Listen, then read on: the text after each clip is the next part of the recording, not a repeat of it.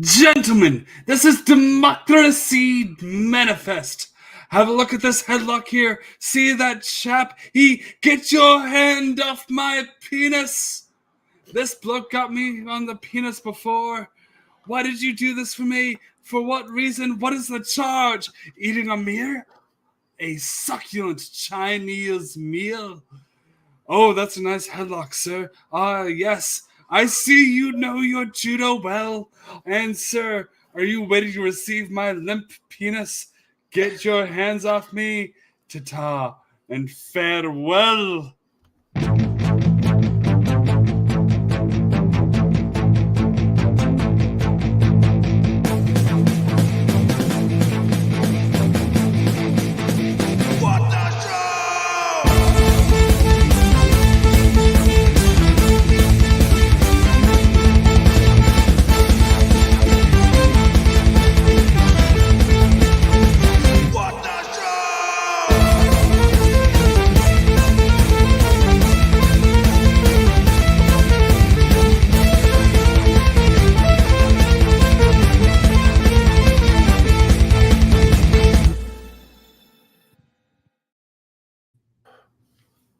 Ladies and gentlemen, it's Wednesday night. It's What the Show. Rest in peace, Jack Carlson. And pour out some hoisin sauce for the homie. My name is AJ Lancaster, and I'm one of your co-hosts. What's going on? It's me, Mikey D. Bethany tonight. After we did a little stream with PLD that went a little excessive the other night, so she's taking tonight off to kind of recuperate a little bit after that. And Justin the Juice got offered a lot of money to go to work tonight, so he's also MIA. But we have with us tonight, back for the first time, I think in like about a year and a half, if I'm not mistaken, Mr. Adam Collins. Welcome back. Happy to be here. And you posed a bit of an obituary riddle prior to the show that I couldn't quite piece together, but then you gave me the big clue. And, may he rest in peace, enjoying some General Tso's or whatever it is he preferred. Yeah. As long as it was succulent. What's your guys' favorite succulent Chinese meal? I'm a mushu pork guy. You get the little pancake. It's tacos. Sure. Yeah. I mean, for me personally, I've been pumping the brakes on Chinese for a while, not on purpose. We have a few Thai restaurants in the area that I've been gravitating towards more. But I will say this: when I eat Chinese, I do eat my fair share of General Tso's chicken. I am pretty basic in that sense, but I'm very, very adventurous in the sense that I pivot laterally to sesame chicken sometimes. So there you go. Yeah. Nice. Yeah, it's funny you mentioned that. Like, we moved to Savannah about a year and a half ago, and there's only like one or two places that we found local that are like purely Chinese. Most of them are like Asian fusion, so they have a little bit of everything. And I myself do tend to gravitate more towards the Japanese side of stuff. So I'm more, I'm a big hibachi fan myself, which is more Japanese. But if I can find a Chinese rib with the really good Asian barbecue sauce, sign me up for that. I don't object to that at all. Yeah, sign me up for that all day. Well, again, may we honor his legacy. Yeah, absolutely. Salute. Absolutely. So, horror movies, I guess, is what we're talking about. It's been a summer of movies. I think one of the better summers of movies in general. Horror has had its highs and lows. Consistency wise, we'll talk throughout, but it's something that it's been interesting to track horror movies specifically for me since the pandemic. That's when I really got into them. So I guess we're just maybe talking notable releases so far, or things we're still looking forward to. Piggyback on that, I've noticed this since the pandemic for certain, is that horror used to have somewhat of like pockets in the year where it was traditionally released, and now that's expanded quite a bit. That like you're getting more content spread out throughout the year. I have noticed that April has been all of a sudden has become a very big horror month. I don't know why, but it is. It definitely has shifted where it used to be September and October, obviously for your Halloween time stuff. January when the studios are dumping things that they don't think are going to make money, and then if there happen to be a blockbuster, they would throw that somewhere in the summer. But now they like there's some of these releases that like one of them we'll talk about. I'll say Maxine that like came out over 4th of July weekend for no particular reason, So big swing. But it's interesting because, I mean, this year there was only one, like I would say, true tentpole horror movie, and it's not necessarily even like it's classified as horror, which is a Quiet Place Day One, which we will talk about. But like that's the only one that was like pinpointed as this is one of the studio's tent poles of the major studios. Everything else has been kind of smaller, either legacy movies or sequels or very small movies that they had faith in. And, we'll start with that. Like, but considering like the summer now, I guess you kind of consider that from beginning of May until Labor Day is kind of what currently is considered the summer box office. What was the first one for that? It was Tarot, correct? I believe it was the first release in that time. Still haven't had the pleasure of that one. I have not seen anybody who has seen that who has told me that I need to go see it. So that feels like something that you need it in a VHS in a plastic case. Yeah, absolutely. It was a weird choice to be a May release. That's one of the ones I was mentioning. Like, again, it did fine. I think it made like 17 or 18 million. It did for what its budget was. I'm sure it was actually pretty successful. Quadrupled. Yeah. So what is that movie doing in May? That would have been a perfect October 10th release.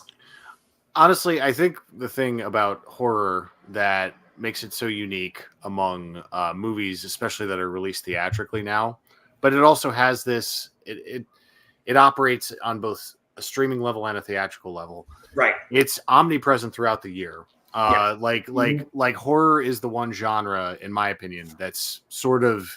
It's not that it's bulletproof. It's not that every single one succeeds, but it's that it can plant its flag at any month of the year, and it has the chance to really pop. And what I love even more is I love it when one breaks through theatrically, but because horror is, yes, but because horror is such an independent genre by nature, we have a lot of movies that generate a lot of word of mouth on streaming, and I like paying attention to those too. And we've had a lot of those as well this year, but the theatrical ones I would love to dig into, and I'm sure we will. But like there have been some that I still haven't seen. Maxine is one of them, and I am in a bit of an isolated area in northern New England, so I have to sometimes travel up to an hour each way to get to movies, including Trap. On a Tuesday, it was really tough, but it was worth it. We'll get to that too. But yeah, I just it's interesting. Like Longlegs was an event. It was a marketing event, and when it finally came out, it was just like there was like a natural like grassroots conversation happening around the movie. So you mentioned Longlegs is what I mentioned as the one that was like, oh, this is a hit. It reminded me going back a ways to like when Blair Witch came out, because Blair Witch did not have a big traditional marketing campaign either. That was all word of mouth. I got that same kind of vibe out of Longlegs. In that, did you even see a trailer for Longlegs? Like, theatrically, I didn't. Like, I don't recall seeing a trailer for that on anything. They had a teaser that was prominent, but they didn't do a prominent trailer until after it was released. Neon did an exceptional job of pulling their punches because, as I think most of us could agree, marketing campaigns, trailers can be just they overshare. We less is more. We're going to see the movie in most cases, and those of us who are savvy know what to avoid. Like towards the tail end of the Deadpool, like and Wolverine The last campaign, 2 I'm weeks like, I've ordered I'm just like, no everything. thanks, Yep. leave me alone. I Yep. don't care. But Longlegs, didn't have to worry about that. Nothing was spoiled. It was all about vibes. And then once you finally got around to the movie was really about vibes too. But that's what I liked about it. But I just remember so many of my friends were reaching out to me around the time Longlegs was coming out. I was like, have you seen it yet? When are you going to see it? Can we talk about it? Like, and that was really, really exciting. And Blair Witch is a good comparison because way back when that came out, I'll never forget. That was the movie I decided to see with my buddies at my birthday party, and we got Nice. dropped off at the theater. And I remember, like, afterwards, we were just trying to make heads or tails out of it. But yeah, good experience. The thing that I mentioned Longlegs not having trailer. I saw the Tarot trailer repeatedly. Like I saw that on so many movies. And then Maxine comes out, and you mentioned Maxine.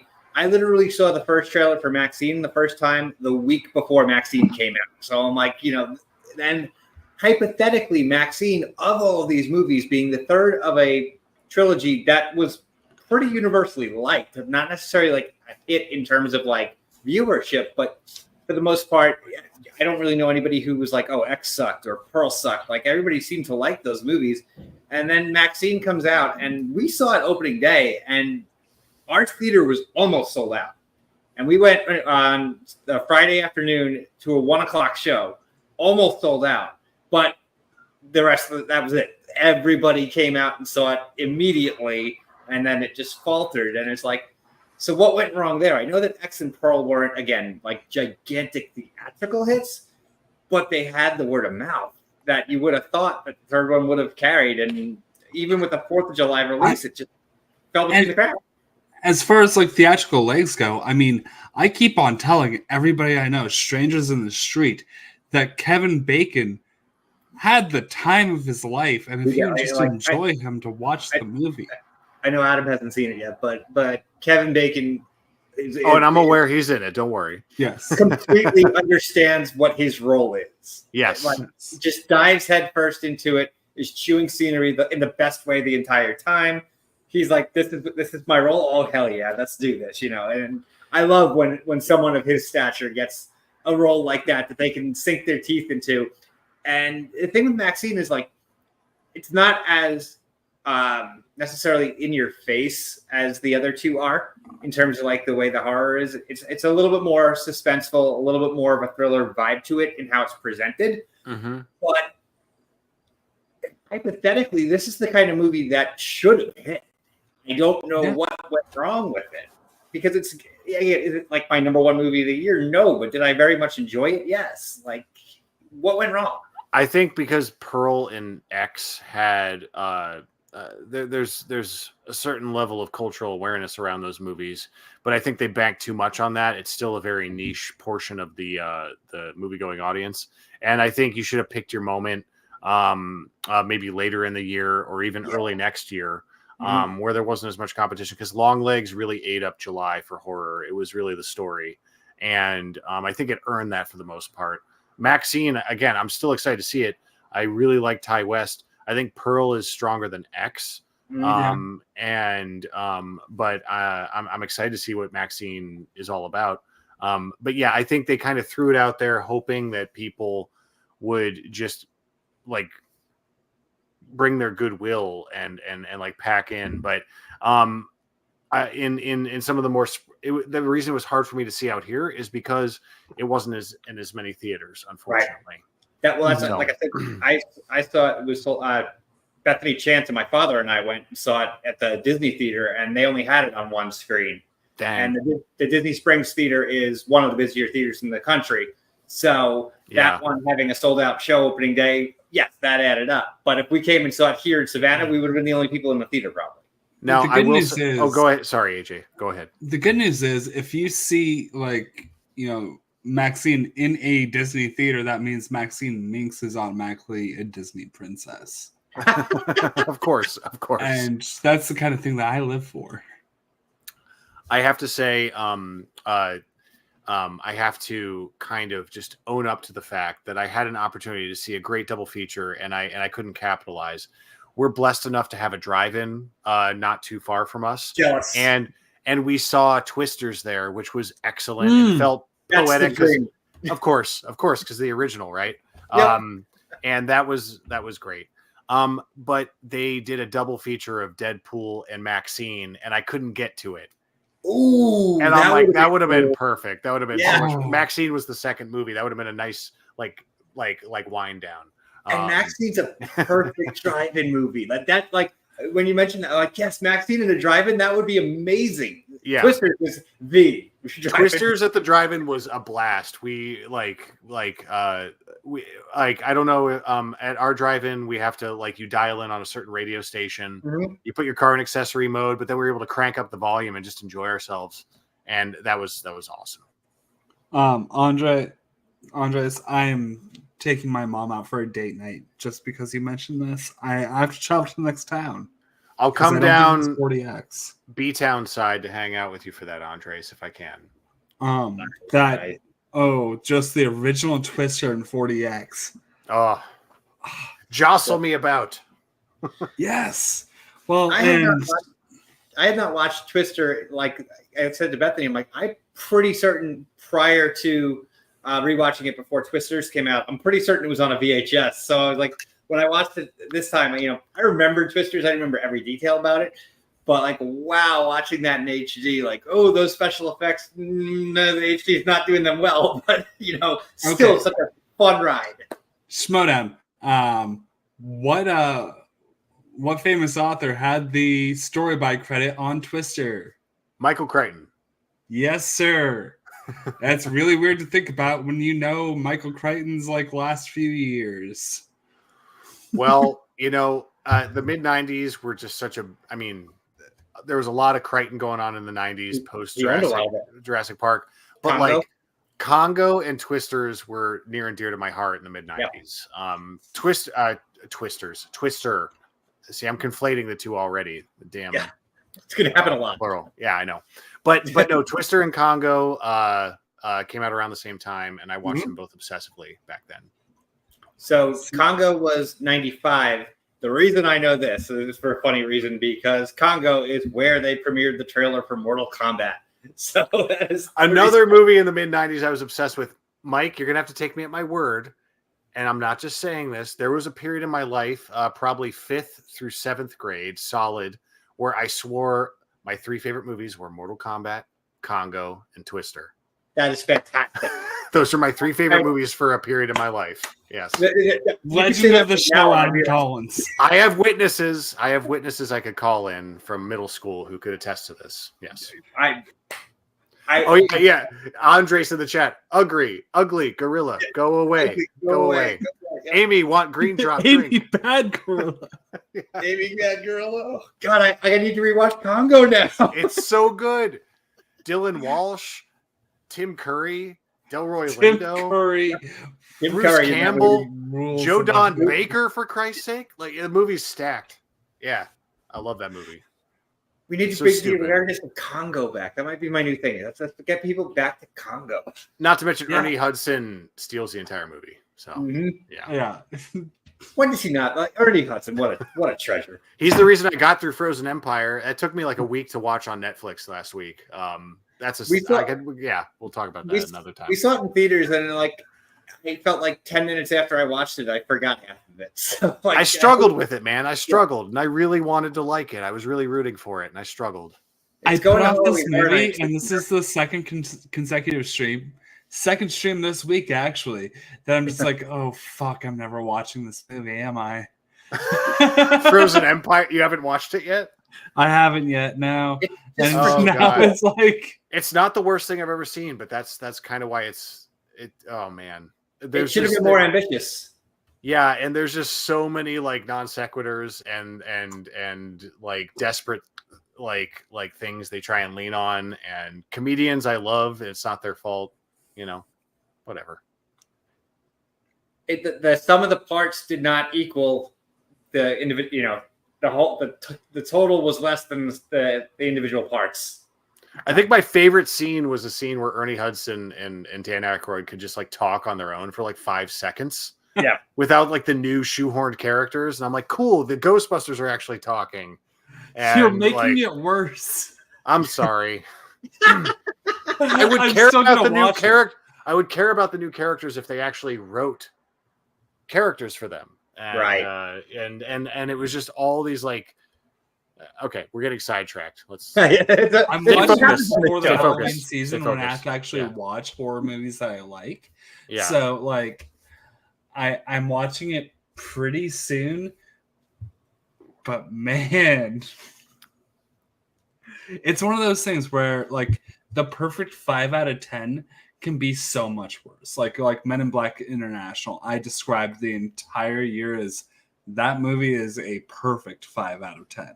Another movie I forgot immediately, like 10 seconds after I walked out of the theater. I'm like, what did I just watch? I don't The remember. movie's anything. over 2 hours long too. Yeah. That Yeah. is something else. When something isn't bad, but it's not good. When it's definitely boring. not good. Just forgettable is like, I'd rather it be an ambitious bad than a boring okay. And trust me, I try to find the good in movies. I really do. Yeah. I don't want to hate something. Yeah. And I didn't hate Frozen Empire, but God, it was just Afterlife like barely scraped by as a movie for me, and Frozen Empire was just a step below that. So I'm just a little.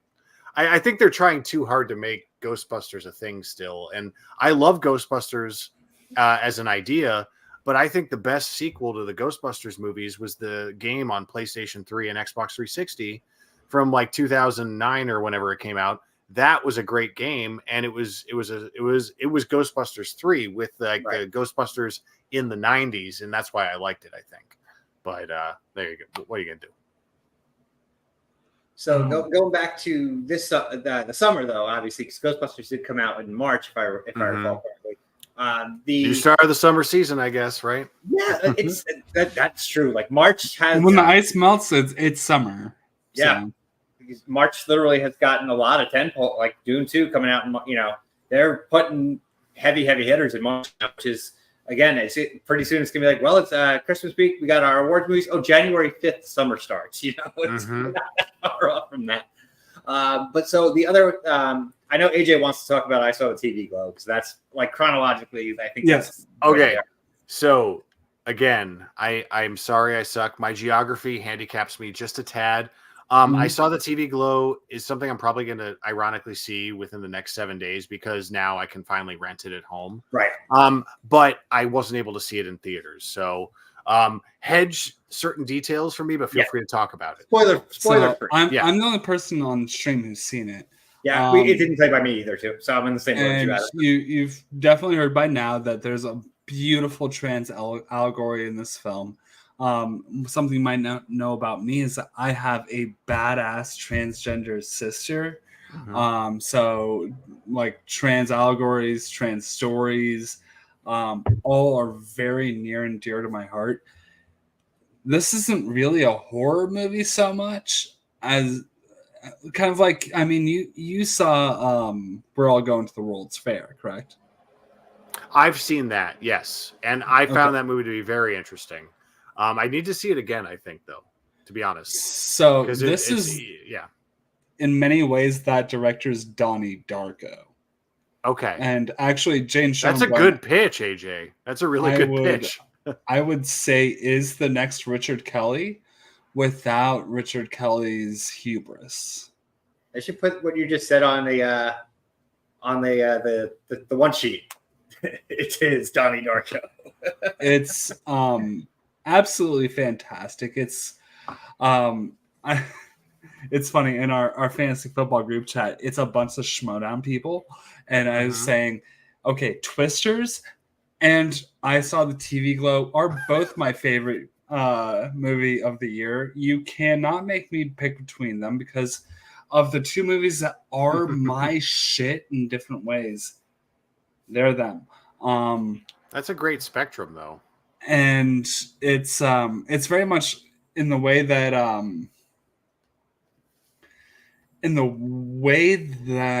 Donnie Darko isn't necessarily a horror movie, but it's pitched to horror people because a lot of us are fucking broken. It works in that way. I can't.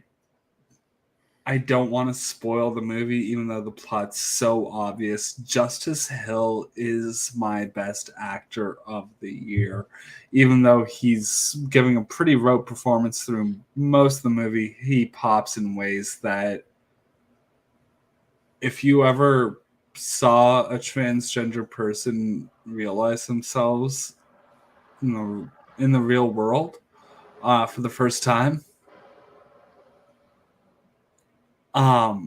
he captured that moment. He captured a smile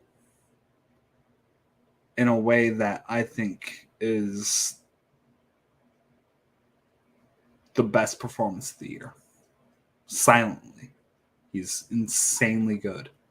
And I cannot wait to see what he does next. Not that scary, though. I mean, no boo. But We're All Going to the World's Fair wasn't what I'd call scary. It was, again, like Longlegs, about vibes, but very specific vibes. And I'm really into these, when they're done well, these movies that are done through a webcam with a purpose. I think We're All Going to the World's Fair does that. I think Host did a great job. The Shudder movie. Not the Bong Joon-ho movie. The Host is also good, but yeah. But also Hosts. not the Stephanie Miller or the Twilight lady. Not that Host either. No. There's a lot. There's a lot of movies you could confuse it with, but no. Like I think when you limit yourself to that, as long as you have a compelling idea, and I think We're All Going to the World's Fair delivered on that, and I'm excited about to finally see. I saw the TV glow because Justice Smith is I like him in everything I've seen. And shout out to the video game The Quarry that he's in, because I remember I was playing that. I was like, oh shit, that's Justice Smith. Nice. Look at it. And I remember like I leaned into his decisions, because that those games are like a choose your own adventure book, obviously. So I remember I enjoyed Justice's story in that game. Well, and he was never somebody. He was like an above average. Like what he did in Dungeons and Dragons was like, hey, that's pretty good. Detective Pikachu was like, oh, he's got some capacity. It's like this was sniper bullet straight to the heart. Okay, yeah, so he took a leap, basically. You know, they always talk about, like, in football terms, like a player going to the next level, they took the leap. So Justice Smith took the leap. Yeah. And Bridget Lundy Payne, who I knew from like the Atypical Netflix show, or like Bill and Ted 3, they are a wonderful actor as well. It's performance driven 100%, and cinematography. Like, this is a movie I can't stop talking about all of the technical and the front of house aspects of it. It's just so damn good. So technically horror. I know that movie it's gonna hit Max soon, if I'm not mistaken. I think it's relatively soon from getting its actual streaming, not, purchase streaming. It's A24, so yeah. So yeah, it should be relatively quick. I definitely am looking forward to checking that out. It did not play anywhere near, like you said, Adam. I'm in Savannah now, and like our the theater Bethany and I go to doesn't even have assigned seating, so it's we're that far back. No. Same here. Yeah. But the big horror movie, and I was going to mention, we talked about the What the Show Fantasy Football League. Adam is doing one with me as well, that with a bunch of people you all know, where they literally stole the draft method, but we got to pick our movie instead. We got our names picked out of the hat, and we got to pick, and Adam picked Quiet Place Day One. I did. I mean, we were, I was given the criteria a little bit at the last minute, and I scrambled my best to make a sensible decision. But basically, it was, which movie coming out in the summer season do you think will have a high enough box office to put you in a good position for the draft? And it's based off of which movie grosses the highest, and based on what your estimate is, Right. or which movie you pick, yada yada. Anyway, but Quiet Place did okay. I'm sort of like, and I think in the top third, I'd say so far. Yeah, I Ish, think ish. I can tell you because we had Quiet Place was also in ours. I can tell you exactly where you're picking. Give me 1 sec. I think you're picking like 6 because this league does not have bad boys. Surprisingly, I like to pick late, so I specifically picked Maxine because I knew I would finish last. So that was intentional. I intentionally tanked the draft game. I was like, what movie's wide release that Maxine? I can get the last pick with that. So that's exactly what I did. Let me see. Yes, you will be picking 6th. So right in the middle. All right. Well, here we go. Yes. Thank God my girlfriend knows how to do this. Yes. Because she has won the fantasy football league and the Schmodown group like at least once and placed second another time. So she's going to guide me through this process. I mean, I'm football literate, don't get me wrong, but fantasy football is not really my forte. So I'm terrified of playing with you. I messaged you when I found out you were in the league. I'm terrified of you. It's kind of like PJ, where it's like he's not going to invest, but he's going to intuit this in a way that It's not going to be from here. It's going to be from here. And you are going to be analytical because it's all numbers. Quite simply, it's all numbers. And I know how smart you are. And I'm like, oh, he is going to when it clicks for Adam, we're all fucked. Well, again, I'm going to be really following Marisola's lead, but she educates me so much throughout the NFL season because I like football quite a bit, but she's a Birds fan, so like she's got real skin in the game. I've moved around so much that admittedly, like some people might call me a carpetbagger, but I've legitimately moved around the country and had like gotten caught up with a couple different teams. But at this point, I'd say solidly, like because I'm originally like grew up in Ohio, right? I would freak out if the Browns ever finally made it to the Super Bowl. Yeah, and that's totally fair. Yeah, that's kind of like my end game there. Like, go Browns. Yeah. So go back to picking Quiet Place Day 1. Go AJ. Oh, just saying my thing with watching football anymore. I tell people I don't have a favorite team. I just like I just watch for the characters and the plot. Like that's my thing. It's like I don't particularly love I'm not a fandom person. I just watch football games like I watch movies. I want to enjoy the game. So that's what I encourage for anybody who loves sport. It's just love your thing, and you know what? If you love people, if you love it, don't be a jerk and squash other people's love. So what I was going to go to Quiet Place Day 1. Prior to, I actually, believe it or not, had not seen either Quiet Place movie. They would just when I was working so much around those times, it just never happened for whatever reason. And this year it got announced that they were going to be at Halloween Horror Nights, which is my favorite event of the year to go to. Always enjoy. So I had to watch the first two, and I really loved the first one, and I liked the second one. I thought the second one was very good, but all of a sudden, The Quiet Place Day 1 jumped up in my I'm really excited for this, and I really liked this movie. And the reason I will say I liked it, without going too far into details, is that it is a classic. There is a massive disaster happening, and it's a character-driven movie. And because it was so quiet, not in the sense of them not talking, but it's literally just focusing on primarily these two people and this one cat, that you're actually getting invested into something that I really enjoyed that movie. And before we go further, Adam, just for backstory for me, it's been 3 years. I refer to Pig as my favorite movie of all time. Pig? Yeah. Yes. Pig was my biggest pleasant surprise in the past 5 years, probably. I also hate Jim from The Office more than anybody else in Hollywood. So I got a weird thing you going hate on. The character Jim, or you hate John Krasinski? I hate John Krasinski as a person. Okay. Very much. And Pig is my favorite movie.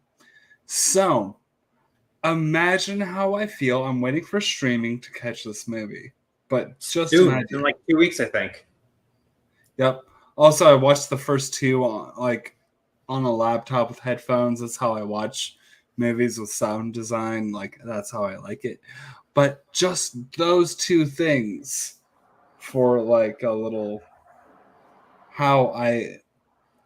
what I'm waiting for this movie. You can see how it's a little weird, right? It's the same, but it's different. Yeah, I think you'll appreciate his direction in this movie. I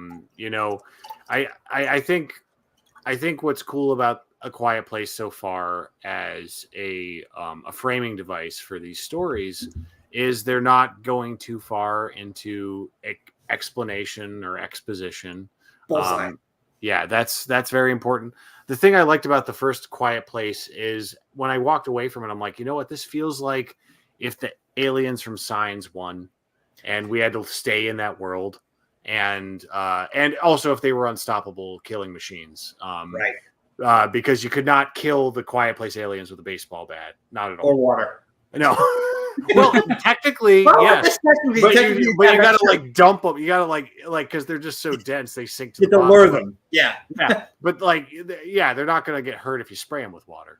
Right. They're not the Wicked Witch. But I really appreciate how it gives us a chance to explore characters more than the mythology or whatever's going on with the aliens or whatever they are. And you get actors like Lupita Nyong'o who has nothing to prove and is obviously just having a great time doing these genre projects where she really can act without any expectation of like awards recognition. She's just doing good work. And then Joseph Quinn has just like catapulted into stardom since Stranger Things, and I'm not mad at what he's doing. I'm excited for everything he's got on the docket, and I enjoyed him in this movie because he was a sad puppy dog. Yeah. And not unlike I follow my girlfriend around, I related to him. It kind of feels like everything that's happening for Joseph Quinn we thought was going to happen for Dacre Montgomery, but like Joseph Quinn's a nice person, so it's happening to him instead.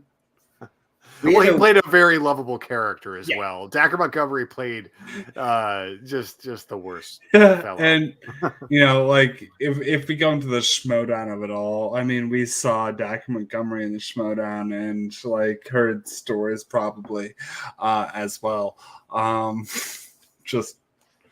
But it is a weird thing to see that parallel of these are both brilliant actors and Joseph Quinn's just doing nice things. So this is funny.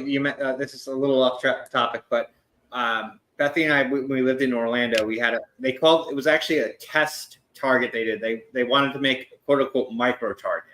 So it had a little bit of everything, but it wasn't like a mega target that the store was massive. It was like, there's a little bit of everything you need, but it's not going to be overwhelming. And they didn't have Funko Pops. Bethany loves Funko Pops, but Stranger Things was about to come out, and they had the line there. We were there, and she immediately went and bought the Robin Funko Pop because she didn't have Robin. They had about 15 of the Eddie Munsons. Little did we know how valuable those damn things would be a month later. You should have rolled the dice, man. We could have had 15. Like I saw them. I had one of them in my hand because I'm like, this guy's got a Warlock guitar. I'm like, oh shit. He's got a BC Rich. This is cool. I can't wait to see this guy. But we didn't buy him. That season of television is pretty remarkable, like just objectively speaking, like even if you're not a fan of Stranger Things, and I am, but like the fact that Kate Bush and Metallica both like got to just like get this windfall of cash for no like reason. Was like just because the show existed. Like, and Metallica's fine. They're already rich, but like, they were just like Master of Puppets. Really? Okay, cool. And then, but Kate Bush though, like I know the stats for her were insane. For running up that hill. From where she was to where she went was insane. And my thing with Metallica, I'm a huge Metallica fan, and I love their approach to it. They were like, some people are so like, oh, I don't want my music in that. And they're like, wait, that's going to introduce a whole new generation to our music. Yes. Hell yeah. Yeah. I was like, yes. Oh yeah. Gen Z, so many Gen Z people discovered Metallica that season. And it's a great thing, Yeah, I literally bought my niece the Master Puppets album because of Stranger Things. We all know 80s Metallica's like prime Metallica, like Kill 'Em All through And Justice for All. Like, let's go. Yep. Yes. Exactly. And just the fact that like my now 19-year-old niece is like, she wanted to do it. And then recently my 10-year-old nephew is all, I'm like, this was a gateway to that. And that was such a cool thing. And waiting to see like things like that are something that are necessary. Like Deadpool and Wolverine now, not that Madonna needed anything, but like downloads of Like a Prayer have skyrocketed. Oh, and I've needle drops in the new Deadpool work for me in a way that like Suicide Squad from years ago worked the opposite. Like it's all about the way you frame it. It's about the energy of the scene, and because it was just used so well comedically, I enjoyed the music in the new Deadpool myself. Yeah, and it's one of those things where you get to like teach the previous generation of anybody that you know in your life. No, this was the banger. Like Madonna was Chappelle Roan times 1,000. Yeah. Madonna was what Taylor Swift is right now. Let's be honest. Like she was at that level. Like, but she was pushing the envelope in ways that like Taylor Swift is palatable to the masses, and I'm not mad at her. Like, do your thing. But Madonna was really breaking the mold in the 80s and 90s. She did like what Chappelle Roan's doing right now. Mm-hmm. But on a grander scale, a bigger, not grander, bigger. Yeah. Like, because she was reaching, her reach was insane. Right. It's really weird to tell an 18-year-old-ish person that Lady Gaga did that too. Yeah. It's really weird, man. So they going back to the movies, I know I actually have not had a chance to see Trap yet because we just had a tropical storm. So we bro, I did a field trip last night. I will avoid spoilers out of respect, but I got to say some things about Trap just to please feel validated. We're seeing it tomorrow, so we are going tomorrow night. All right, cool. Well, I'm very good at not like ruining stuff. The thing I was excited going into this movie was Josh Hartnett. I really, really am here for Josh Hartnett. He stepped away from acting for a while. And star of Die Hard. That I have not seen. But to be fair, I'm probably never going to see it. But I will say this. Going back to like Halloween, H2O, and The Faculty, like I am very fond of both of those movies. Where he had his weird hair in both of them, and but I liked his energy. 30 Days a Night, really love him in that movie. I think that's a really underrated emotional performance from him. And then he went away, and then Penny Dreadful came out, and he was just in that. Like I'm like, where have you been, buddy? Yeah. And that show is fantastic. For people who love horror, watch Penny Dreadful. So I was really excited to see that he was the star of this movie. And I will say this, Josh Hartnett is probably my favorite thing about this movie. Okay. One thing I've appreciated about M. Night Shyamalan in recent years is I have very mixed feelings about Old. Knock at the Cabin wasn't a home run, but I liked it. I leaned positive. I found it interesting. And again, I lean positive with Trap. I don't want to steer you one way or another, but I find the journey interesting with his movies. And what I like about M. Night is how strange he is in a way, like how offbeat it is, and the way he hovers on details and makes things just a little awkward. I love that about his movies. So you mentioned earlier the like trailers that give away everything. I thought the Trap trailer was one of the best like attention grabbing trailers we had this summer. Like I saw that trailer the first time, I'm like, oh wait, Josh Hartnett. Oh, they know it's him. Oh, and I'm like, oh, I want to see this now. Like, I think that one of the things that I love about M. Night Shyamalan is how much he loves 1950s Pulp Fiction horror serials, things that were radio shows, and everything from The Happening onwards is you can listen to that as if it was a pulp horror serial.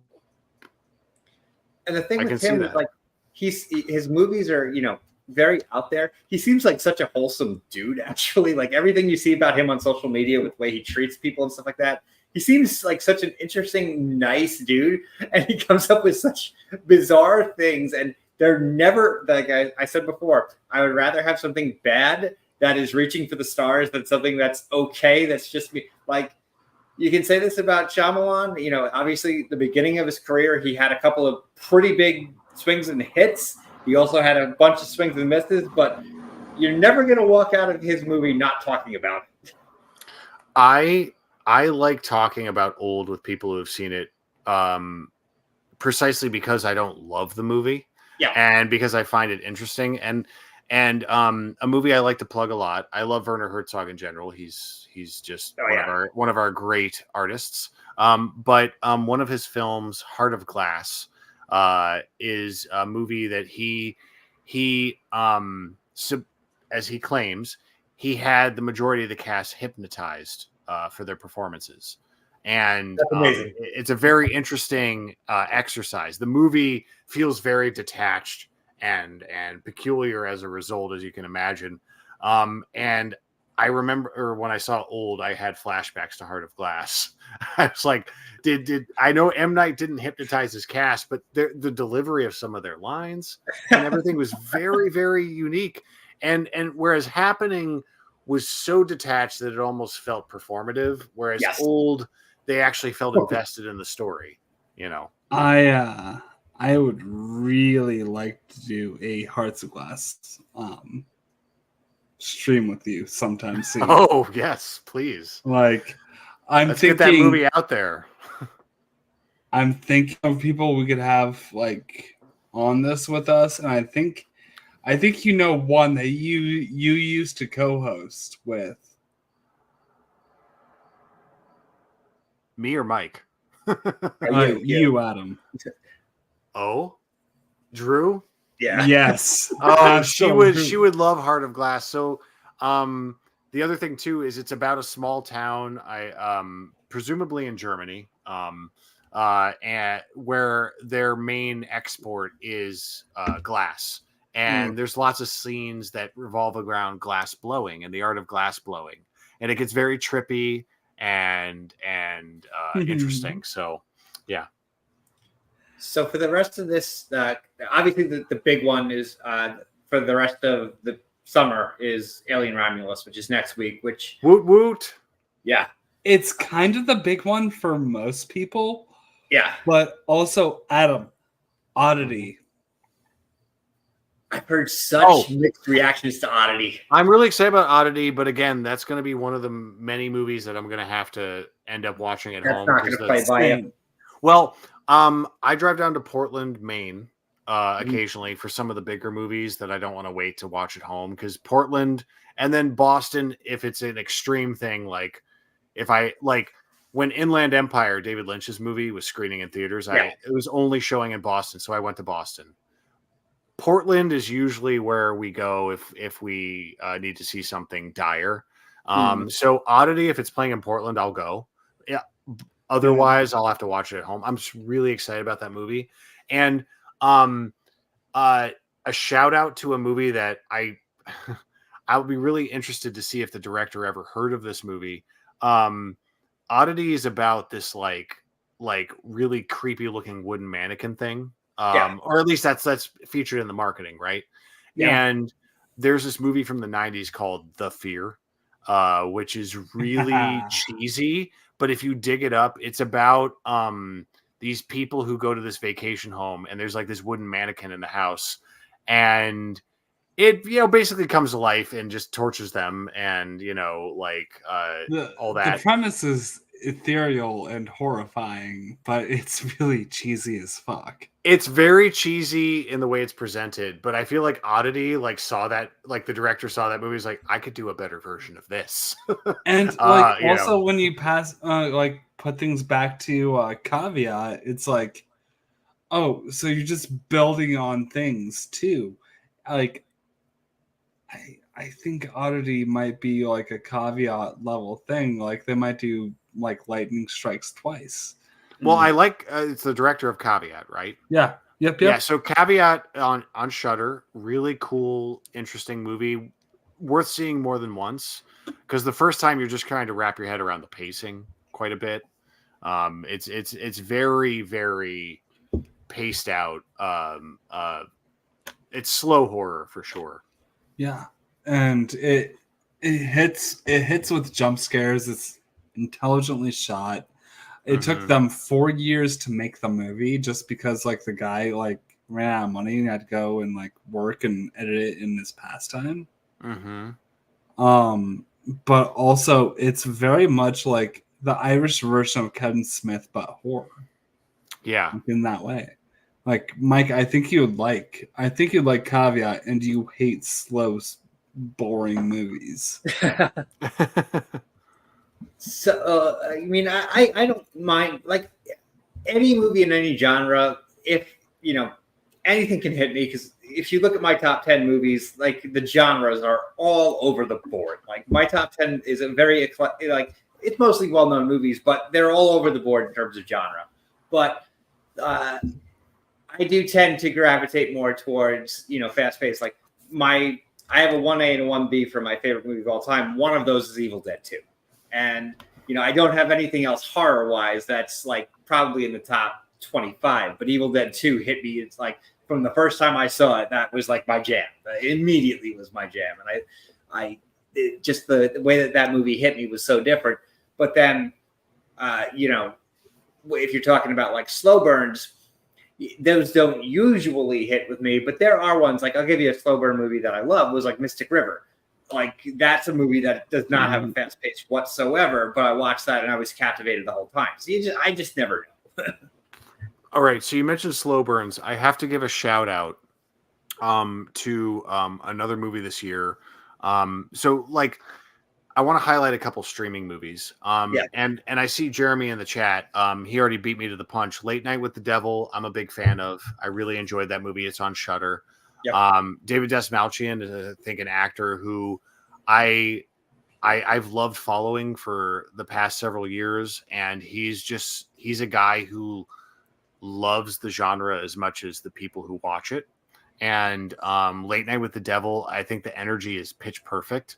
And I'm a found footage guy. I really like the VHS movies. I like found footage in general. The general concept of it is brilliant. Yes. It's very clever in the way it sends up the decade, but it also it works so well in the present day on so many levels. But another Shudder movie I want to shout out because I haven't heard enough people talk about it at all is Exhuma, Exhuma. Yeah, it's a Korean horror film. The director is Jong Jae-hyun. I haven't seen any of that director's films otherwise, but Exhuma is on Shudder, and my God, it is just an exceptional horror film that I wish I'd seen in theaters. And it's about a group of paranormal researchers, if you will, but they all have different like specialties.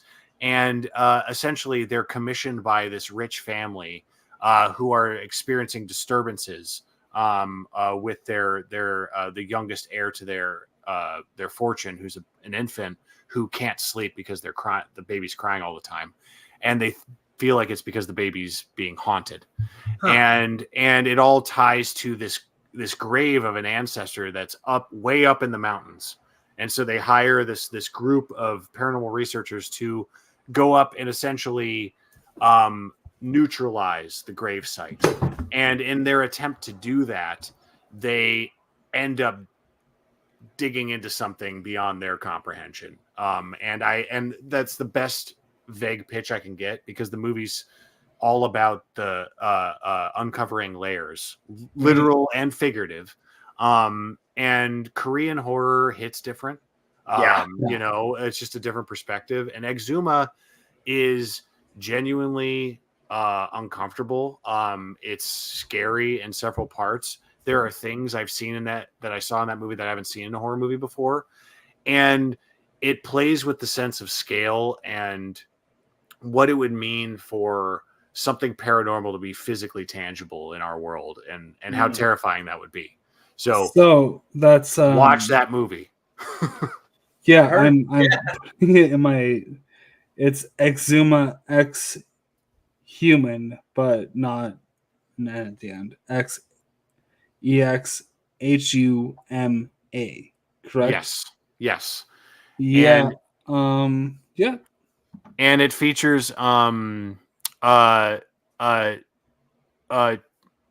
me if I'm getting the pronunciation wrong. Let's see here. Yes. So Choi Min-sik from Old Boy, the star of the original Old Boy. He's one of the stars of this movie, and he's a bit older, but he plays this like very weathered, like paranormal researcher who just has seen some shit. He's great. By the way, just a quick note on Deadpool and Wolverine. Mm-hmm. When that action scene came up, what it reminded me of was when I saw Tropic Thunder, and I didn't know war movies that well, and that scene happened, and my friend pointed at the screen and went, "Ha! Platoon." That's pretty good. Okay. I had that feeling during Deadpool and Wolverine during the Old Boy scene. Okay. Yep. I get what you're saying there. The three movies I did want to bring up that are not out yet. Obviously, Alien is next week, which, excited to see that. But there's 3 movies I wanted to bring up for 3 separate reasons that are coming soon.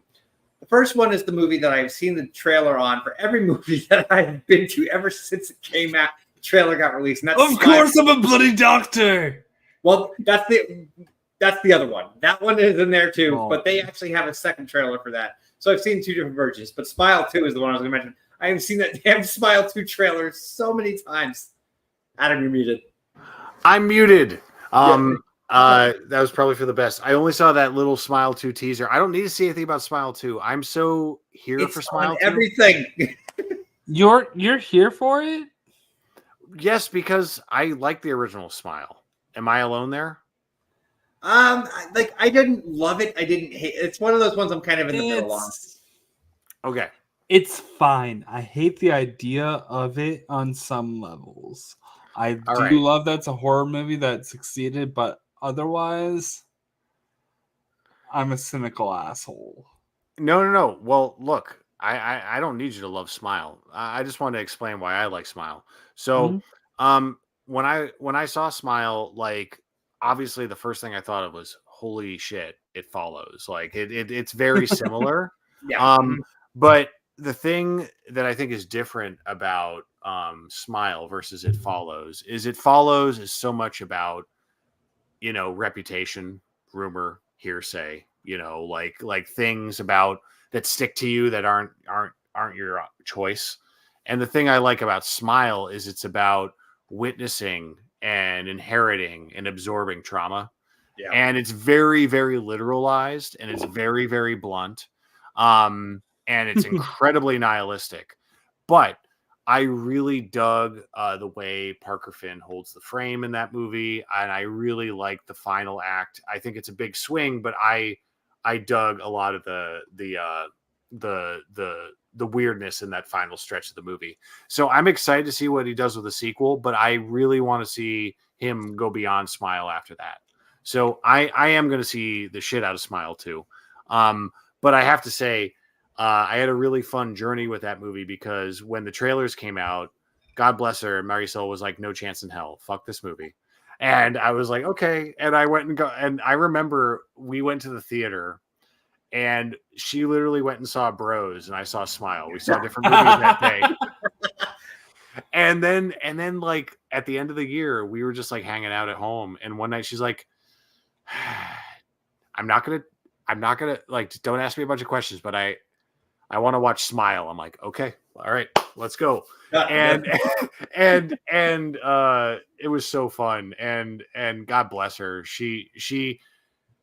Marisol is such a good sport with horror movies. Like, she appreciates well-made ones, but like the ones that like make her squirm, like, you know, like she'll let me know.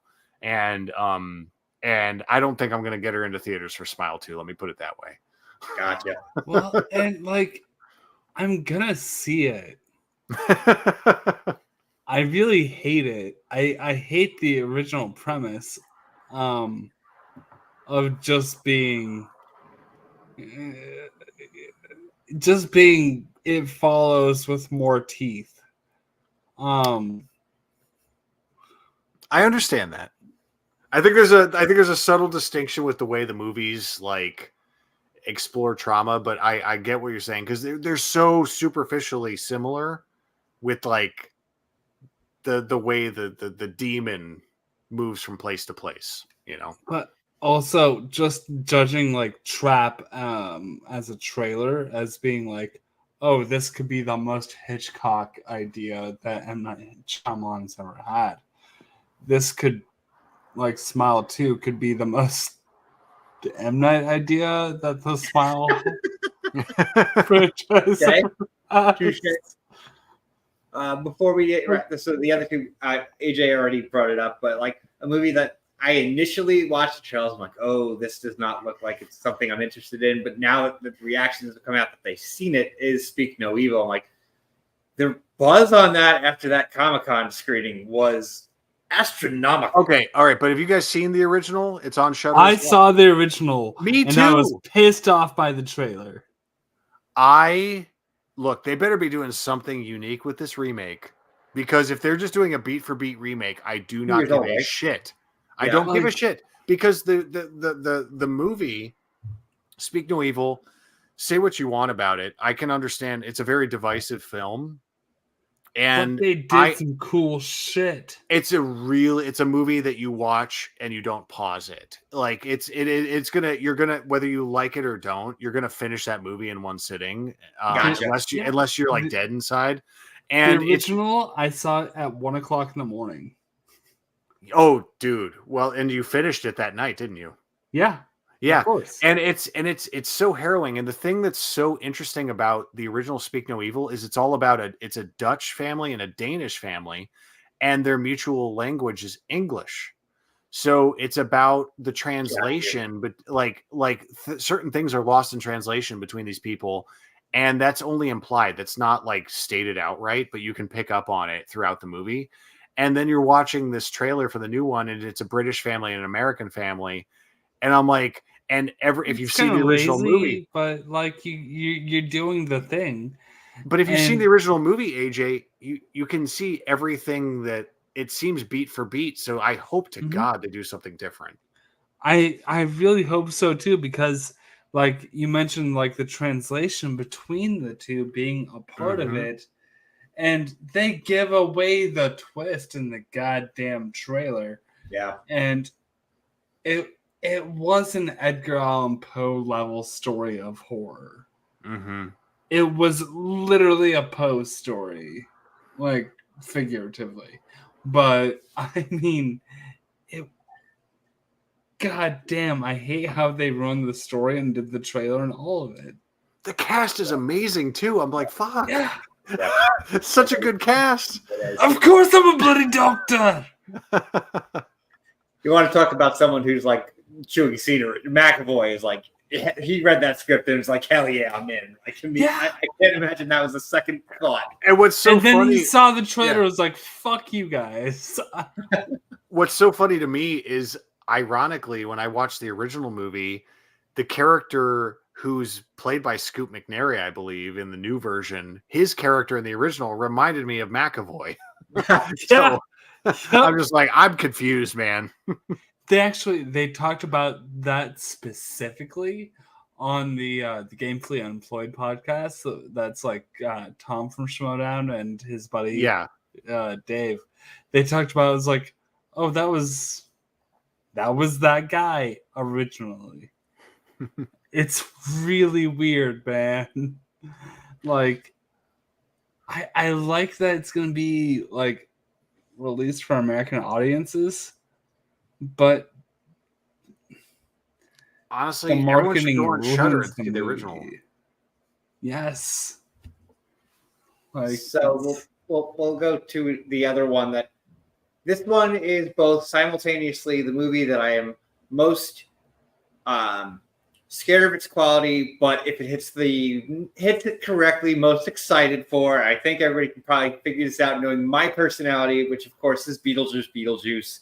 If they hit this, it could be so good. This could also be like, what the hell are you doing? Like so many legacy sequels have been. I am keeping my fingers crossed for. I know we're not going to get a Top Gun Maverick kind of situation here, but just make this fun and don't make this too much about Beetlejuice, because remember, he's barely in the first movie. Like Michael Keaton is on screen for all of 20 minutes in that first movie, and if it's going to be an hour and a half of him on screen, this might not work. okay, you said the over under. You can look it up. So let's say 19 and a half minutes, over or under Adam Collins. Oh, that he's in the movie? It's over easy. He's definitely going to be over. I think he's going to be over 19 minutes. No, in the original. Oh, in the original. He's right at that.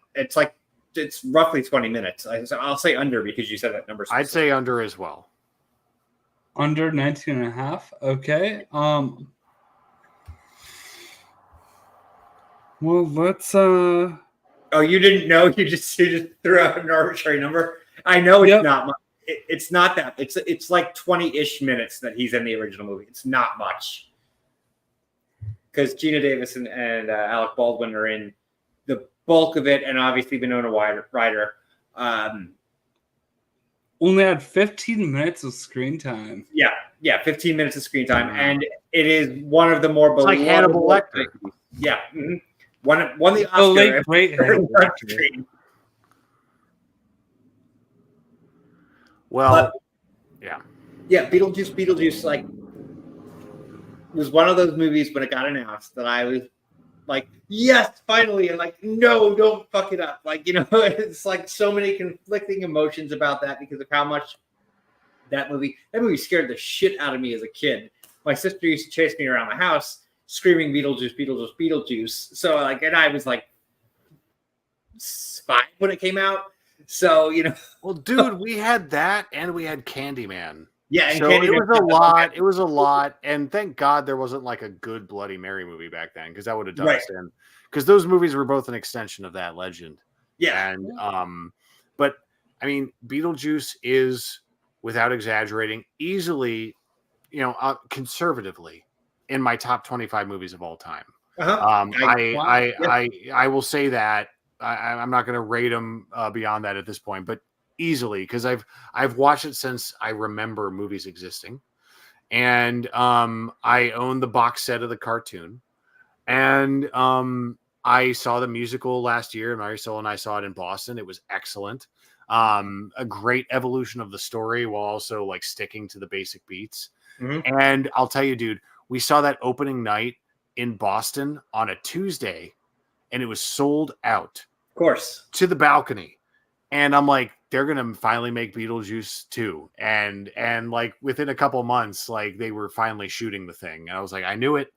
And honestly, I'm not counting my chickens yet. Because legacy sequels have a mixed legacy, if you will. Exactly. But I think Twisters is a great example of something that is not hung up on being precious. It's just trying to capture the feeling. The spirit. Yes, and I loved how free that movie was of connective tissue. But Beetlejuice is different because we have the actors coming back, and so that is a part of it, and that we need to be engaged with that. But what I've been encouraged by is how excited Michael Keaton seems to be, and the fact that Tim Burton himself, post Dumbo, seems to have had fun making a movie for the first Yeah. time in a long time because he's It been the Disney feels like machine he for over a was, decade. like, going Yeah, to work. true. Hmm. It honestly, pure before this year started, there have been some movies that have gained traction with me based on trailers and stuff like that. But like before the year started, what was my most anticipated? Beetlejuice was number one for me. Prior to seeing any clip or anything from any footage for any movie, it was my number one. And I'm just like, I have a nervous apprehension about it. I will be there the first available showtime I can go see it, though. Oh yeah. I think we've earned the right to be cautiously optimistic, Mike. Because Tim Burton has not had, he hasn't specifically gone out of his way to be like, yeah, I'm literally playing with my toys again. And the trailers, well, look, I've been very, very cagey about avoiding new trailers for Beetlejuice. I saw the first trailer. I've not seen the third one. And when we saw Twisters, they threw a trailer at us at the drive-in, and I ran away. I got out of the car and I ran away. I was like, "No, you know what? Yeah, I made it this far." So it's coming. I know. If you feel it, Jason. I'm gonna see the damn movie. All right. But I also just am excited about Michael Keaton because, look, I understand how mixed to negative people were on The Flash. Right. But for me personally, maybe it's just because I love Michael Keaton. I enjoyed Michael Keaton's presence in that movie, for better or worse. And so I'm excited to see that harnessed in a way that's more meaningful in Beetlejuice. Well, and I refer to certain people as light switch actors. You could flick a light switch and they could win Best Actor or Actress. Mm-hmm. And Keaton's, for me being a light switch, yeah. I knew Keaton before Batman, and I knew Mr. Mom before I saw Batman or Beetlejuice, and Deacon was Keaton's college roommate. They go way back. Yeah.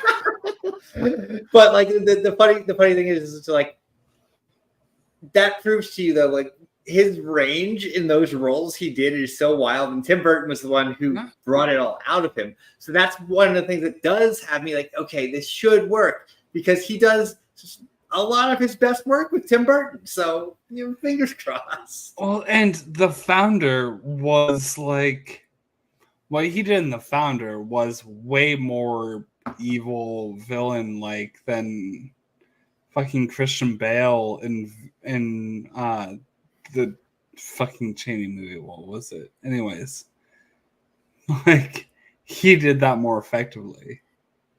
No, and Keaton's also for me one of those actors. There's a few of them. Bruce Campbell's one. I'm always going to be interested in a movie if Michael Keaton's in it. So yeah, that's why I saw Jack Frost in theaters. Man, we should have closed it right there. I saw White Noise in theaters too. People don't talk about White Noise. Oh, White Noise. The first, not the Baumbach movie, the other White Noise. Yeah, one that came out 20 years ago. Yeah, no one cares about it, but there was a sequel to that shit. What? Direct to video, but yeah. Do you know who directed it? No, I'll give you that. I don't know who directed either White Noise film off the top of my head. He's not in study mode, AJ, and that was also, he said it was direct to video, so that was not something that he had to remember. Guy had a belt. You can always ask. I do know American Psycho 2 was retrofitted to be American Psycho 2 because they didn't know how to market it, so they added Patrick Bateman scenes in the beginning. And that movie sucks. Kind of. It sucks, but under the right frame. Speaking of American Psycho, what was the name of the movie? I'm forgetting the name of it. But the movie that has the other Bateman in it, which is Vanderbeek.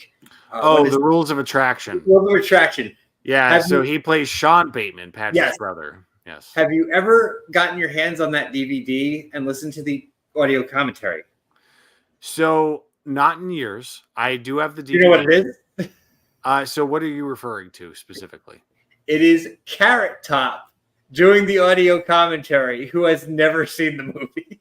Okay, that I have not listened to. That is well worth seeking out. It's probably my second favorite, like, silly commentary. Number one of all time is Dodgeball. If you can get a DVD copy of Dodgeball, that is the absolute greatest DVD commentary. I don't want to spoil. I kind of do, but I don't what happens in it. But it is one of the funniest things that's ever happened in a commentary. And Stiller and Vaughn are there, and what they do in this commentary is... I saw Wallace Shawn die. Wallace Shawn is dead. Sorry. Gary Cole, we love you. I saw Wallace Shawn die. Wallace Shawn is dead.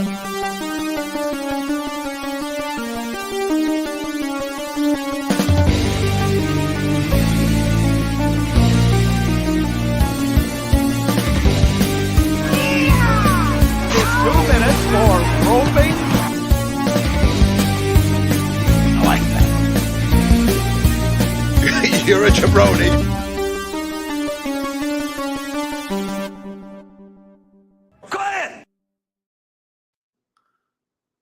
So that